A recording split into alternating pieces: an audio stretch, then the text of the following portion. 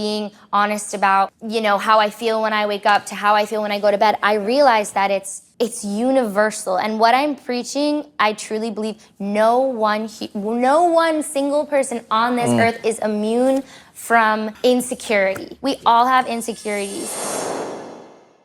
Let's talk social media a little bit because you are dialed in. You're tapped in.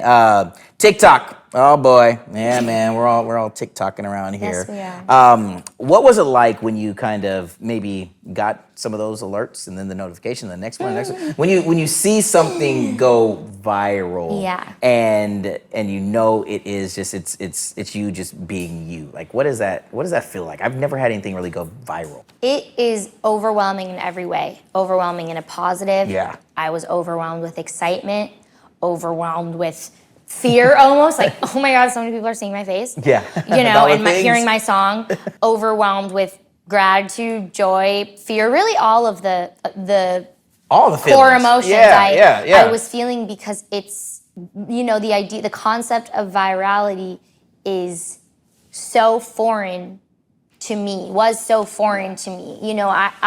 got 6,000 views the day before and was like, viral. Yeah. I went viral. I called my mom, I was like, Mom, I think I'm going viral. And that is, and to anyone who's getting that, like, keep going, pop off, like, that is big. But then to see, 1, 2, 3, 4, 5, 6, 7, 8, 9, 10, like, keep going, millions. It could be overwhelming. It was. I have never cried more than I did during that time. But not necessarily negative tears. Mm-hmm.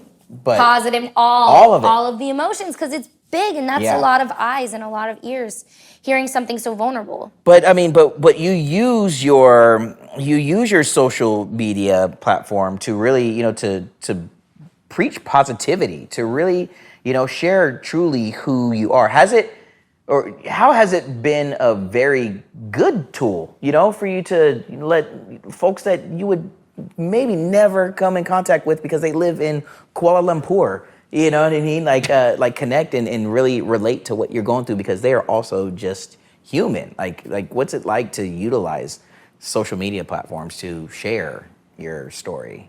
I mean, creating a community based around being honest and being open and authentic. So cool. It was a big healing experience for me, because suddenly me talking about having anxiety, me talking about my experiences with not wearing makeup, with being insecure about, my face and my body, being honest about, how I feel when I wake up to how I feel when I go to bed, I realized that it's universal. And what I'm preaching, I truly believe no one single person on this earth is immune from insecurity. We all have insecurities. And truthfully, when I began this brand and this purpose, when I discovered my purpose, it had nothing to do with how universal it would be or how globally, how many people I could reach. You weren't doing it for that. True. No, it was just, all I knew was, okay, I know I stand for mental health and I know it's something I'm passionate about. So,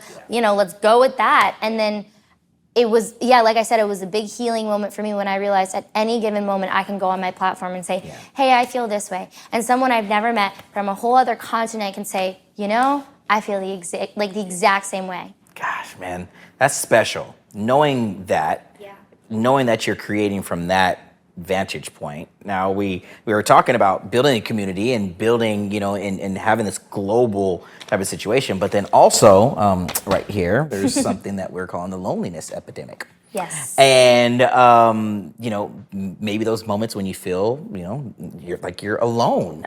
Talk a little bit about, a little bit about that and how, one can maybe either find the positive in being lonely, or also maybe find a way to climb out of that loneliness and find some sort of, happiness in the sense of community. Yeah. Speak on it. I mean, I would really love to find the person who originally coined the loneliness epidemic. 'Cause I don't think it was, I'm sure it wasn't me, but it really is an epidemic. And I think it's really important to differentiate the difference between being alone and being lonely, because I believe there's so much power in being alone when it feels good.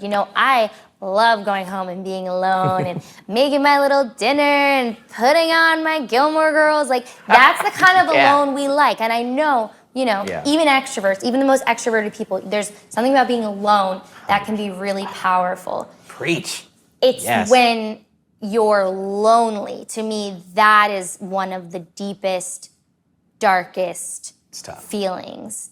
Yeah. And how it relates back to me, something that I think about and what I would hope could be true for everyone is that the thing about loneliness is if you want to stick it out, if you want to feel it, if you want to go through the emotions that have, going around it, like if you want to experience loneliness, it's your prerogative too. But my wish for everyone and what I would hope for everyone is that if they felt like they wanted to no longer be lonely, they had somewhere to go. Yes. They had an artist to listen to. They have an Instagram to go to be like, oh, I'm not as lonely as I wanted to be. They have a family member, they have a friend, a significant other. That's what I think is most important to think about with loneliness, because it shouldn't be something you feel you have to feel. Yeah. It shouldn't be something you feel you're stuck in. It should be something, when you want to feel it, you go ahead and feel it. But when you're ready to get out of it, you should have some type of resource or access to be able to make your way out of it. Yes, that is, hearing you say that is so important. And the access to knowing that there is someone there for you when you are ready for that. Or something. Music, your dog.